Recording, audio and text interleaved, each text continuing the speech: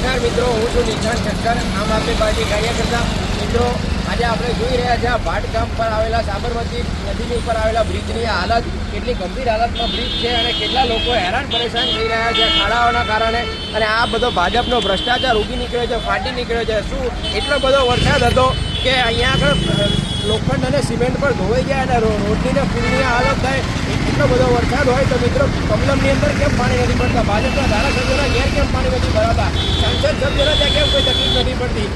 Airport પર કેમ કોઈ તકલીફ નથી પડતી? મિત્રો, આ બધી અસુવિધા ફક્ત પબ્લિકને જ વેઠવાની આવે છે. શેના કારણે? જે પૈસા જનતાની સુખાકારી માટે વપરાવા જોઈએ, શાળાઓ બનવી જોઈએ, સરકારી સારી હોસ્પિટલો બનવી જોઈએ, સરકારી પ્લે ગાર્ડન બનવા જોઈએ સારામાં સારા.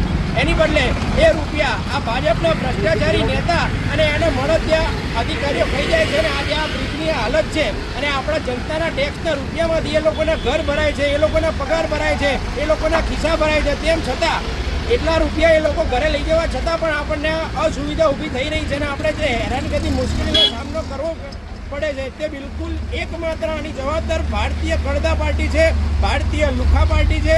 આ ભારતીય લુખાઓને અને મળતિયાઓને મારી એક નમ્ર વિનંતી છે કે તમે ઘર ભરો, પૈસા ભરો, પણ પબ્લિકની સુખાકારીનું ધ્યાન પહેલાં આપો.